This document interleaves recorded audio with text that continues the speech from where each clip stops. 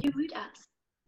All right. Okay. We've hit record. We are now live. We are officially here as part of Fempower TV, and I'm joined by these most fabulous ladies. Woo! I'm just excited. Every time I do this, I literally feel like mini Oprah. I have such wonderful aspirations for my own TV show that this just gets me in all the right places. Being able to ask everybody about this. So I am Lisa Barwise. If you have not met me before or you're meeting me virtually for the first time, thank you so very much. And thank you so much for tuning in and for coming to listen to Fempower TV and my creation with our little chat show style here and our episodes. So I'm joined today by two lovely ladies from both from the UK, UK-ish. Via Germany, but Europe. Let's stick to Europe then. And today we're going to just, we're going to talk about all the challenges that come up, not just as female entrepreneurs, but maybe as women in general, and with maybe a slight slant towards the extra challenges that come with the festive season and this time of year in terms of either managing energies or stress or whatever comes up based on our quick chat today. So again, if you're meeting me for the first time, I have created this it's more of an incarnation, I think, rather than a thing or an entity, Fempower TV. It started just with a general conversation with my mentor of, well, what is it that you want to do and how do you want to make an impact and how can you be more visible? And for me, it wasn't about my own visibility or it wasn't about my own message. I really wanted to create something and I now got hashtags to go with this of being hashtag be seen and be heard from a female perspective, because I was reading a book which really actually had a massive impact, and books obviously do quite often, and it was very much about how women can be very much afraid to speak their truth. And if there's anything that I thought about myself is I'm not really afraid to speak about things, and I'm not really afraid to speak my truth, or so I didn't think. And then I had a real think about that, and I was like, oh my God, there's so many things I'm actually really afraid to speak about.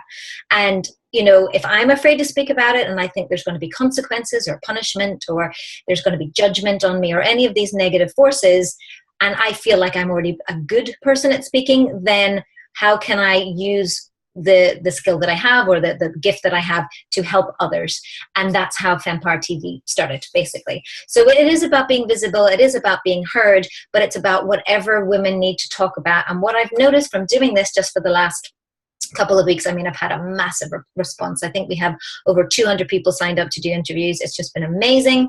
But what I've noticed, and the underlying theme that I see when people tell me about themselves, is that everybody seems to have a similar challenge of whether it's not maybe it's not the skill of speaking that they struggle with, but how to get their message out, or maybe from doing the work that they're doing that they are having trouble with burnout or emotional issues or trying to deal with families or negative experiences in the family while still trying to build value in the world and to serve others. And I think that female entrepreneurship in its truest form is a highest representation of humanity. And I think that women, for us, it's a way for us to reclaim our power and put our message out there. And this is what we're going to be talking about today. So I'm really excited to be joined by these lovely two women. So how we're going to do it today is, as we always do it, we were chatting in our green room. I like to call it the green room, the virtual green room. And we were just having a chat, getting to know each other before we come on live, and we're just going to have a quick chat today with the general theme of the challenges that come up for females, and let's see where this goes, because we just don't know. So we're going to start with Vicki first. So Vicki Chisolm is a mum of 3, and I love that she says she loves adventure, because I love adventure. So when you wrote that down, I was like, her and I are going to get on so well. She also loves her motorbike. Wonderful. She's overcome her autoimmune condition, which I maybe get her to touch on a little bit, because I know that that's something a lot, especially working in the wellness field like I do, we hear about this a lot. And also PTSD from domestic abuse. So there's some healing that she has been doing. She's, oh my goodness, you're a nice vibrant age of 32. 32, and she lives each day based on the best of her ability. So although she started as a virtual assistant for her own company, and she's been working at that since 2012, she's now retrained to work as a transformational life coach based on her own experience, which I think is amazing, and most women tend to come from that point. And I loved her general motto, our general theme, which was being a mum doesn't mean you can't follow your dreams. So I'm going to start there, Vicki, and I'm going to ask you, tell us the story that brought you from working as a virtual assistant to going, right, I need to help other parents, other single parents now that you're going to probably talk about too, to let them follow their dreams and do that without burnout or without emotional challenges. Yeah, well, the virtual assistant business I was running, I had 3 children, I had staff, an office, and a whole new life to resettle into. So as you can imagine, at that time, it was quite stressful. And then it got to a point where juggling the children when they're off school and being available in an office to manage staff was getting a bit much. It wasn't flexible enough for what I needed. So after reaching a point of complete burnout, physical, emotional and mental burnout, I decided to close the business, focus on my family, because my daughter had quite a few health scares at the time, which really wasn't pleasant at all. And I just took that time out. And whilst I was in the burnout stage, I just sat there and thought, I can't take those pills. The doctor wanted to throw lots of different pills at me, and I just couldn't do it. I didn't like them. I didn't feel comfortable with them, and it just wasn't. It didn't feel right. Actually, it didn't feel right for me, and I just, for whatever reason within me, knew there must have been another way. So I'd had EFT, and I'd have some results with EFT before. So I thought, I'm just going to train in it, because the only way I'm going to get myself out of this hole is to retrain in it. So when I retrained in it, I realised that I do want to be back in business. I do want to work again. I do want to feel in control and able to function without having my life completely split in 3 pieces, where I can't find any time for myself, where I'm exhausted. I can't go back to that exhausted state. So I realised that I needed something that was going to be completely flexible, and the only way for me to do that was to become a practitioner. Okay, so tell for those that maybe don't know what EFT is, can you share a little bit about that and how it's worked for you as a tool? Yes, of course. EFT is emotional freedom technique. It's energy psychology, and the only way I can describe it is it's a little bit like talk therapy, but we focus on all the negative points first. We look at how we're feeling inside, looking at the resistance that comes up when we say those things, looking at how we're feeling, concentrating on that, and then we completely turn it around, switch it and let it go. Literally just using very simple tapping points within the body. It has been scientifically proven, and I do have to admit, if I didn't have the EFT when I did, I'd probably still be in an abusive relationship. The EFT and the business coach that I was with at the time actually made me realise my own worth, and that's what gave me the strength to leave. It completely changed my life. And isn't that the best way to start a business as well? Like in terms of, paying it forward, going through that experience, it almost, I think that's where we get that fire as women, when we've been through the journey, when we've been through the transformation, it's like, okay, there must be other women who feel in this same way, in this same scenario, that I can help, that I can serve, that I can bring this forward to. And yeah. And I mean, the thing is, it's interesting because you've brought up about 5 different issues that I hear about every day. Burnout all the time. Women trying to work 9 to 5, have kids, deal with the schooling situation, trying to look after, there is no looking after yourself left in there. And that's why we end up with fibromyalgia and other autoimmune disease and really bad nutritional issues and inflammation, and then we're just prescribed more pills to try to mask it and try to get on with it. And I literally see this every day, every client who comes to me, they're either having anxiety issues, depression issues, bodily issues, body not working, literally not working, pain, chronic pain, and it's like, and chronic fatigue is stemming from. It's the stress of being a woman. I mean, literally at this, I think I've got lots of conspiracy theories. We'll maybe go into it's very true. And the more that I'm doing this, the more that I'm realizing that, and because I do things a lot differently in my life, I feel a little bit out of that conspiracy theory issues. I mean, I took charge similar to yourself, so I know I made my life work for me, which you're starting to now notice the freedom of that. But when I look at other people still in that scenario, I'm going, how are you not, like, how are you still alive? Like, there's some parts of me thinking, how are you not just literally emotionally dead? Because I would just be either exhausted, burnt out, or just vacant, from that experience. So there are many people that you can be helping. So tell me, where are you in your journey of your business? You've been retraining in that at the moment? I started the training nearly 2 years ago, and I launched the business 3 months ago. It took me a long while to be able to get some footwork done, and I got some case studies and built up stuff behind the scenes before I took the plunge and went, okay, I'm ready. I've done the EFT.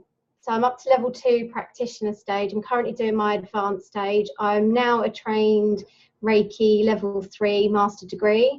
And I'm continuing with other training moving forward as well. But it was funny how you mentioned the autoimmune system, and that's something you wanted to come back to me for. I had fibromyalgia, and it was so severe. I would literally go to bed one day feeling fine, wake up the next day, and I'd be like this. I would not be able to move. Driving my child to school with 2 babies in the back of the car like this was no fun. It was rather challenging, but I don't have those issues anymore, and I don't take any medication for it. Don't get me wrong, sometimes the chronic fatigue can come back and go, oh, you need to be aware that you're not looking after yourself. But the fibro I found mainly was the stress, but also that I found lots of key factors in fibro, and the more I talk to people, the more those key factors come in, and there's 2 main ones. One is previous trauma, which gets stored in the body, and when we haven't released it, like officially healed it, it's still trapped, and it just, every time something else happens, more and more energy just builds onto that pain, so then we just continue to carry the pain, which is another reason why Reiki is quite good, because it helps lift and alleviate stagnant energies and blockages as well. But the other thing with fibro is quite a lot of the women with fibro are perfectionists. They're striving for perfection, and they're striving for making everything just right and trying to take care of so much. It's stress. It's stress. It's just like, yeah. And I don't think people really know the power of stress. And I mean that from a, like I went through a recent injury issue myself, which was very interesting, because I always see this as a blessing, because I come out the other side. And my friend, who's a yoga teacher, said to me in the middle of it, just think about when you're through this, how much of a blessing this is going to be. And I'm like, I want to punch you because I'm right now, but I know what you're saying. But, I healed myself through, I did go to a kinesiologist who did a bit of unblocking. Actually, there was a little bit of a trauma issue that had happened. So that was interesting. But most of it was done through diet, because my chemicals were off. My chemical imbalance was off. I was very much inflamed. It was an inflammation as the issue. But, a lot of it was stress inflammation as well as chemical inflammation. But so interesting that I know enough about myself to heal myself. But also, if somebody tells me to do something, like, Lisa, here's, you need to take this every day, and you do your rehab and you do this, I'm like, I'll follow that to the letter, because I know it's going to make me better, because this person knows more than I do, etc. And, I was able to do that. But the blessing is looking back now going, okay, I thought I was like, there's parts of me thinking I'm never going to get better. I'm in chronic pain all the time. Painkillers aren't helping me at all. I spent hundreds, nearly thousands of pounds on, I did eventually go to a doctor, but I only went to the doctor for the blood test and told him exactly, just take my blood. I want to know what's going on. But I went to different holistic practitioners, et cetera, and, even ones that I would have gone to as my trusted source weren't able to find it. And I had to go to other ones, and eventually I found somebody that helped me. But it was just one of those scenarios of, I just felt so stuck in it. Like, I couldn't, how am I going to get out of this? My job is so physical. I can't stop physically doing things. So if somebody tells me that in order to get better, I need to stop doing this, well, I can't. So you have to fix me some other way, kind of thing. But in the end, it wasn't, I actually needed to move more rather than move less, which was interesting. So Yeah, I mean, I can only imagine, and I mean, and I know Patricia's probably going to touch on this too when we bring it over to Patricia, is like how many women must be challenged by this because of this enormous pressure we put on ourselves, especially this time of year. Oh my goodness, I've literally, some of my clients, I saw them recently and they just look, and they're trying to put self-care first because I'm spend time with them, and exercise is important and nutrition is important and all these sorts of things, and taking time out. I prescribe baths. I literally see people and go, right, go home now, have an Epsom salt bath, and text me that you're doing it. I need to know you've done it. Like take some time out. Like I have to give them actual, like it's like I actually have a notepad that I write, take a bath, and I hand it to them, and they think that's funny. But for that, it's just for them to even know to take that time out, because they're making presents for kids and trying to make cookies, and I'm like, you're just, who are you trying to keep up with? But, so it's such a challenge, right? This time of year specifically. Well, one of the things I did for myself during the retraining and taking time out for me was I learned to ride a motorbike. Now, it's fantastic that I ride the motorbike, but I am only 5 foot tall. So am I. Actually, so is Patricia, I think. How tall are you, Patricia? You're not much bigger. I'm 5'2". Whoa! Yeah, so I'm on this quite large bike on my tiptoes 90% of the time.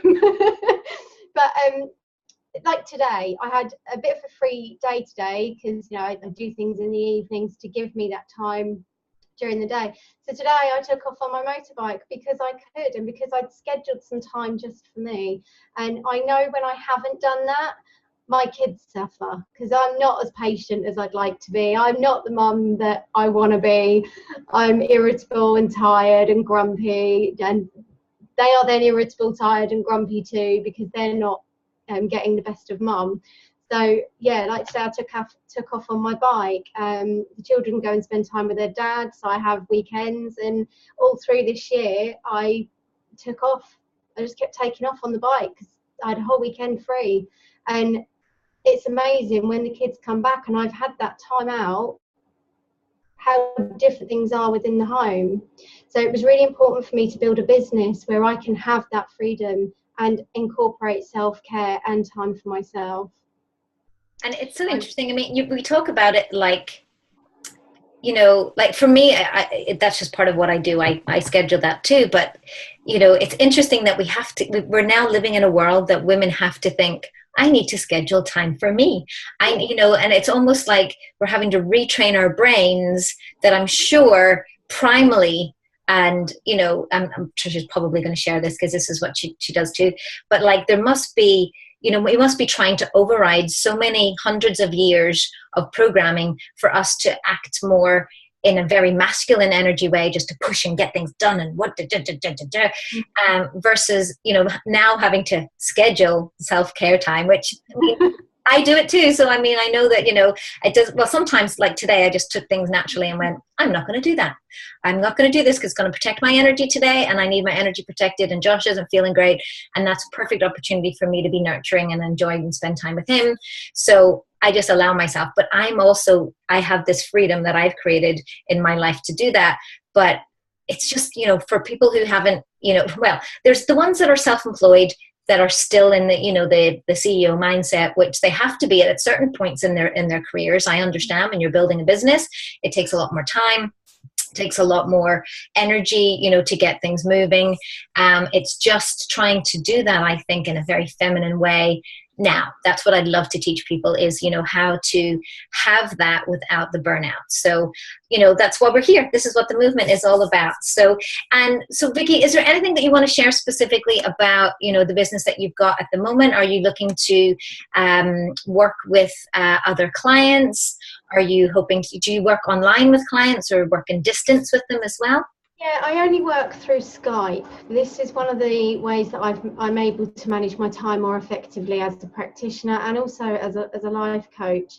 I found that when I'm working with clients face to face, they like to push the boundaries that little bit more. They like to grab those extra 10 minutes if they can, and it's not always effective.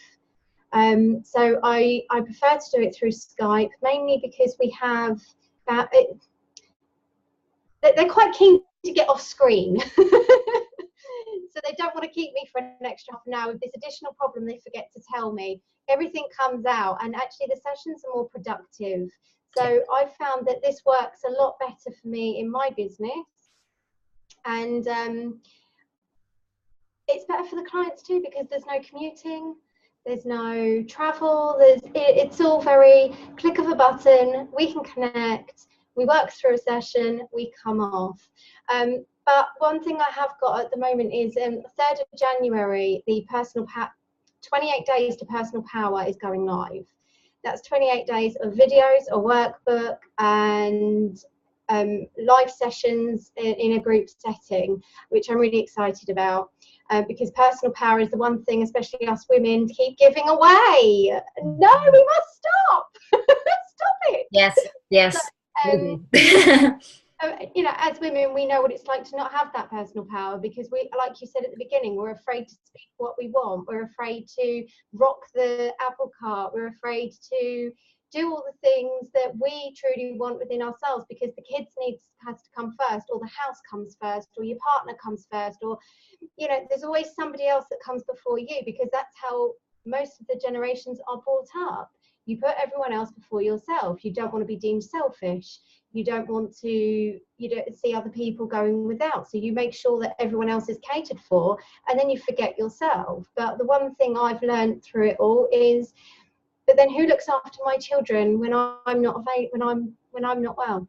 Yeah, there isn't anybody, you know. I think sometimes you do need to have that. It's almost like you need to hit the low, or you need to have an experience of that to really truly go, okay, I have to come first. Whether you see it through, you know, I've had friends who've seen it through their own mum and then been like, oh, well, then I need to look after myself, or have the incident yourself. And hopefully it's not of something that you can't move through, and we haven't got to that point. But and that's what's really sad, is people have to hit the rock bottom or hit the hard spot before they're likely to overcome it. But thank you so much for sharing.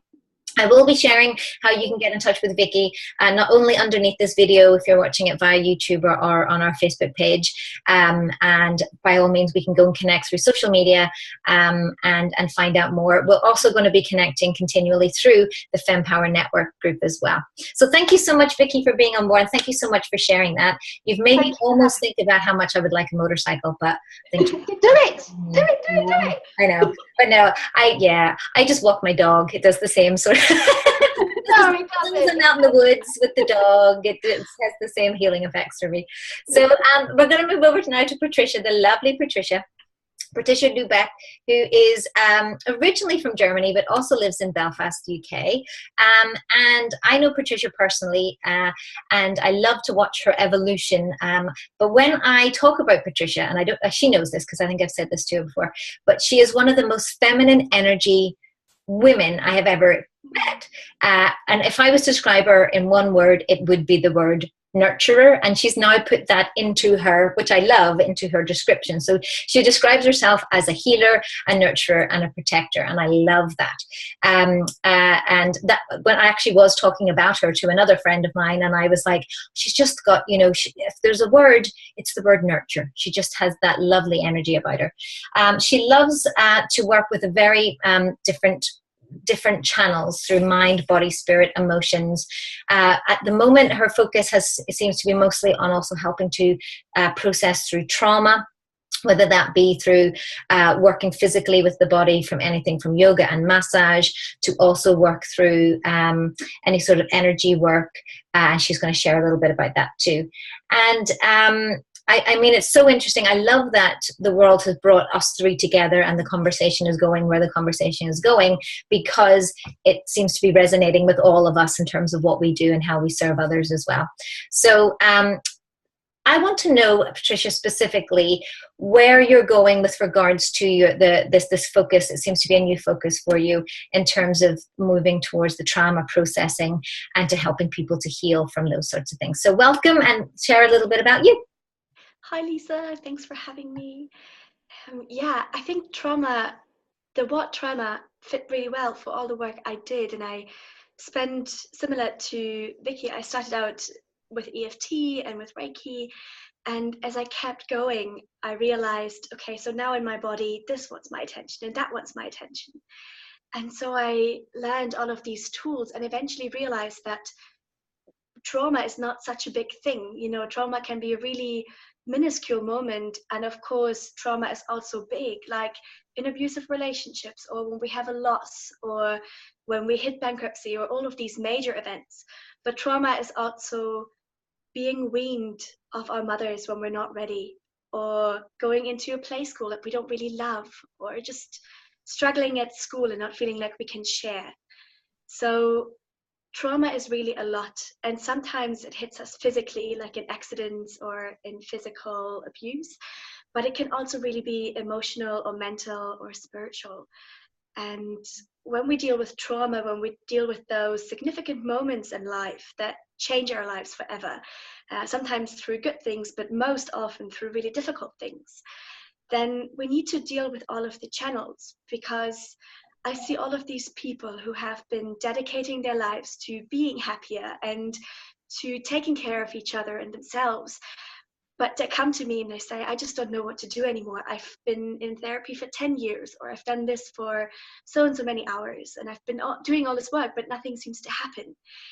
And I think that's exactly where, as women, we can rise these days, because if we embody the masculine, but if we also embody the feminine, we know that sometimes we don't have to work harder. We just have to create that sacred safe space and work a little bit wiser. And so I think that's where, as women, we can really rise and bring that safety and that nurturing into our trauma work. So that was once was really hard and really difficult, and you had to just get through it. We can now have, with a little bit of fun and a little bit of dance and just that compassion that heals. So that is actually really interesting, because if I never even thought that even trauma work or healing work can be masculine. It never would occur to me. But if I think about how I probably do my healing, it's very masculine. Why am I not healed yet? Why am I still feeling this way? Why can't I make this happen? And, you feel like, versus when I truly accepted and gave I suppose I allowed this other person who I now believe was the expert, and just was like, I will do what's asked of me. I will take action, of course, but I'm not going to push. And it was at that point that my change occurred. So this would make perfect sense to me. I love that. Mm-hmm. So bringing a more feminine energy to healing and trauma work, which ironically, I am sure is what happened 200, 300, 500 years ago. We would have been very female in our energy in terms of our healing, and we just need to be reminded of how that worked, I suppose. So so I think that is why Patricia is here. She is the channel for remembrance of how to deal with that. So what sort of work are you working on at the moment? What do you notice specifically, maybe this time of year, or we've touched on quite a few things here tonight in terms of anything from anxiety or depression, which again is such a big thing, specifically around women. Burnout, I hear a lot with female entrepreneurs. Balance, literally trying to balance it all, and then also the physical manifestation through illnesses or conditions or pain. So I'd love to hear what's kind of coming through at the moment specifically. I think really from the start, even before I was connected to healing work, I've always had this connection to people who were struggling with suicide and suicidal intentions. And I think especially in my generation, but also a little bit older than me, there is this hopelessness in life, because people might generally be more sensitive, but we're also raised not having to fight so much. My parents, they were still sort of raised by this post-war generation where there was no luxury to look after your emotions, because if you really took in the horror of what was happening, you wouldn't function anymore. So you just had to suck it up, shut it out, and do. And so then the next generation got that suck it up mentality, but they're now parenting these beings. Most of us have our material needs met. We have schooling systems that are much more gentle and much more individual, at least from what I've experienced. And so there's this whole new generation that's starting to be in touch with their feelings and isn't as shut down. And so all of these younger people, and then also older people who are remembering, who are inspired and also feel that yearning, suddenly find themselves in a position where life seems really unbearable, because if we keep running ourselves down like that, it's like there's this internal screaming we can't shut down anymore. And happily, but also that can be really difficult. So I work with men and women who just feel that life is really overbearing and who find it really difficult to connect to that thrive and not just that surviving. And I work also with women to get in touch more with their bodies. I'm always shocked at how little women know about their uterus and their womb space and their cycle, and how to maximize their business without forcing it, but just going along. And so I think over the years, and especially in the last couple of months, it's gone onto this teaching of gentleness. I think people associate gentleness with inferiority and weakness and being tired, but actually gentleness is my superpower, I always say, because I think so. I think that's definitely your superpower. I think there is such a space that opens when we are gentle, and I make radical gentleness my prerogative. And being gentle, I think I really describe myself as a gentle person, but I'm also really fiery, and I have passions, and I've achieved all of these goals, and just reached so many things in the last year I never dreamt of.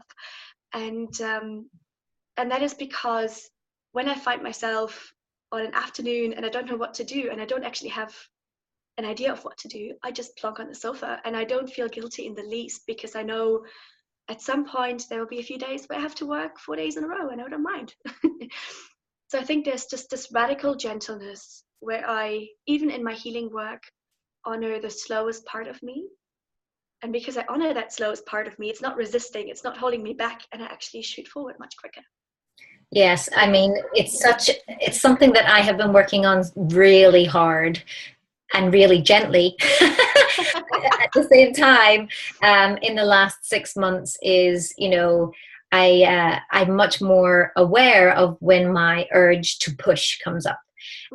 Because of my urge being, or the hustle. I actually call it the hustle now, because I've realized that it was from a place of fear. It was literally from, oh my goodness, oh my goodness, oh my goodness. And I was pushing versus, yes, do the work and take the action, but you don't have to do the work and take the action from that place of fear and pushing. You can do it from allowing and understanding, and also just curiosity. Like literally just, that's my new kind of word as well. Is like, I like to just go, well, what if I did this? That's amazing. Let's try that. But I mean, I'm still not quite at the space. Like I do take time off, and I did today, and I made the choice, but I still had that wee moment. Should you be taking today off? Really? Do you need to do that? And then there's the other one going, but I am the boss of me. Who else is going, and do you want to spend time with Josh? That's a good thing. That's what he'll remember. That's more important than you sitting and doing X, Y, and Z. So yeah, I mean, I'm sure every woman has both of those little voices going on at any one time, but I think that's the process. I'd rather have two voices having that conversation and trying to figure out, well, what is good for me, than just either pushing or feeling guilty when you're stopping. At least there's the dialogue that's going on and having those conversations.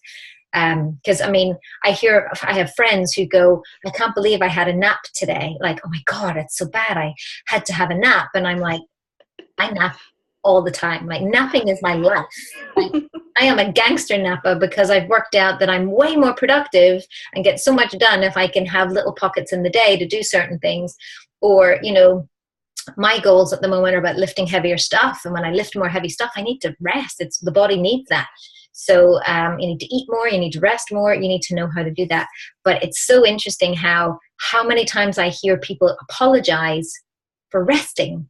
It's something that comes up in yin yoga a lot, because yin yoga is relatively new to our plane, and it's kind of grown to put that part into yoga practice. There are lots of yoga practices who have elements of stillness and observation, but there are also a lot of yoga practices which have become really physical and really exercise based, and kind of ignored the other 7 limbs and just focus on the asanas so strongly.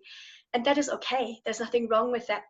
But we know in our body that we need the yin and the yang. And it's the same in business. Mm-hmm. I don't shame that part of myself that needs to rest, but I also don't shame that part of myself that's ambitious and wants to go.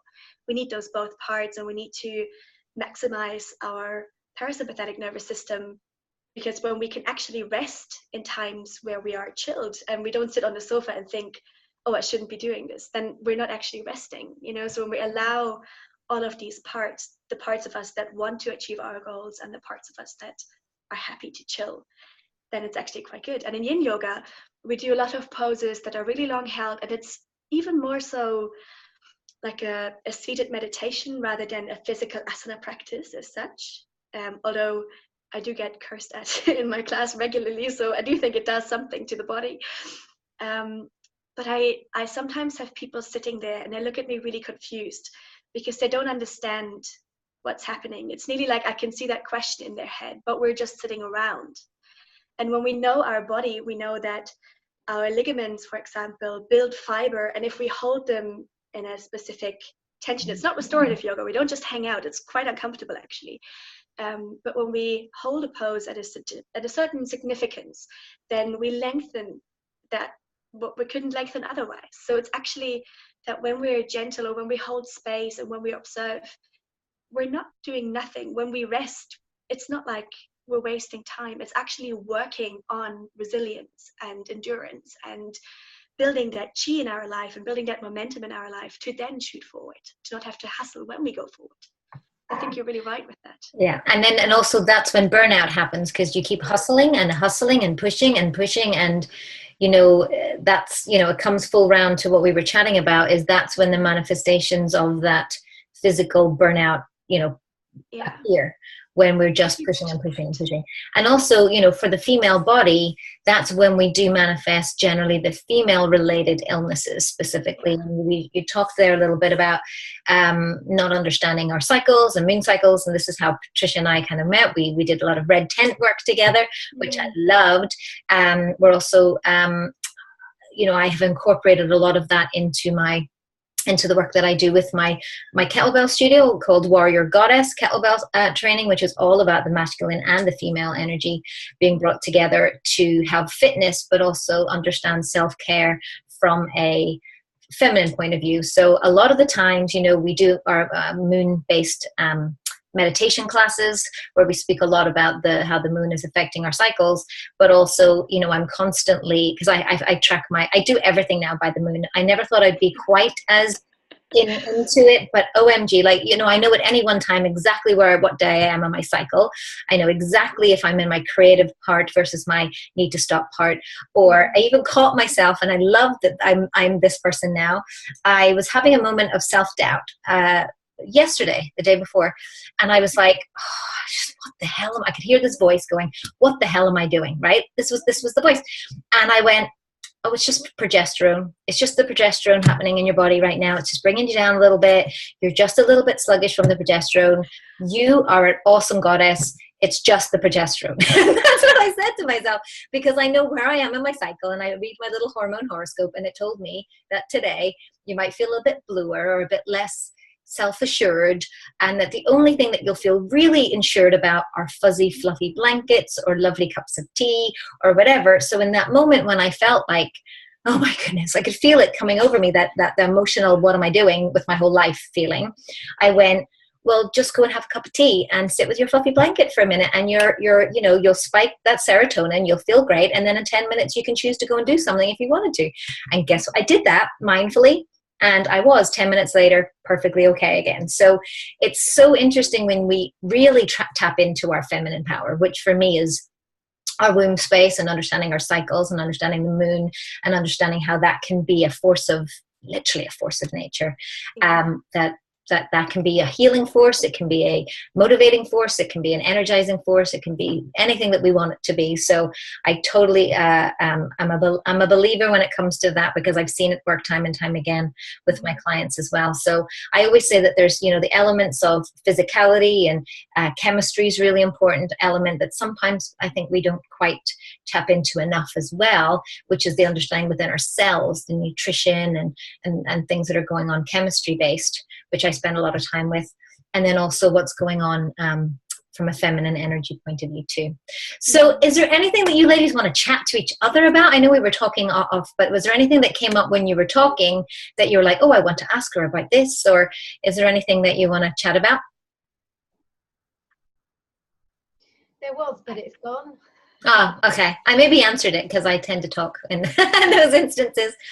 But no, I think it's so lovely how this has gone, and this is how it generally goes. You know, there's themes come up, or we as we talk and we chat, we notice how we connect with what we do, and I love that there's always an underlying connection. No matter how you bring women together, we'll always find that connection or that thread that binds us. So I'm loving that this is the direction that we went into.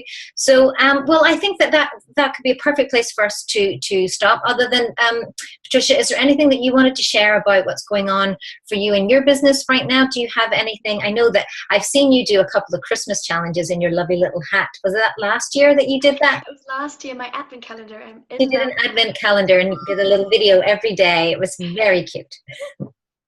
I think at the moment I'm traveling around a lot, so I'm teaching yoga in person quite a lot.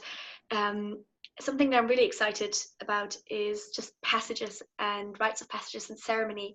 So I'm working with a wonderful Navajo practitioner in America, and we're bridging that gap between the native tribes in America and the Celtic wisdom here in Ireland. So there's some more, we ran it as a trial for Ireland and America, and we're going to go international with it. So that's more shamanic work. And then there's more Reiki teaching and yoga teaching as well. But generally, I think I would just love for people to bring ceremony into their lives. And if they need any help with that, I'm there. Oh, lovely. That's a lovely thing. I have to say that it's also something that I'm very much into. Well, specifically for the ritualistic sabbats, I do a lot of ceremony based on that. And that's why I'm so excited for Friday and the winter solstice. It's not my favorite. As you know, Samhain is always my favorite time of year. And I've had to make myself be more excited about Yule than Halloween, but I did it. I think I'm just as Christmassy as I was Halloween this year, so I'm very proud of myself.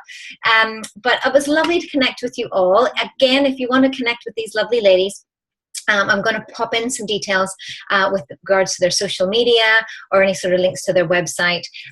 We would just love it if you were to comment and let us know that what you got out of our particular interview today, if things resonated with you. Again, if you want to be a part of our Fempower journey and also come and join us here for Fempower TV, I will also pop the link in of how you can sign up for our interview and our chat series, which will continue into January, and I'll think a little bit of February next year as well, and then I'll see where we go from there. I like to just see where this takes us in terms of the mission to help women to be seen and be heard. But thank you so much, lady, for connecting today. And again, let's stay in touch. Let's connect through the networks. And I'm going to wish you all a very Merry Christmas, a wonderful winter solstice, and a merry and happy Yuletide as well. And I look forward to seeing you all in the new year. So thank you so much for joining me. Thank you. Thank you now. Bye now. Thank you, Vicki. Bye.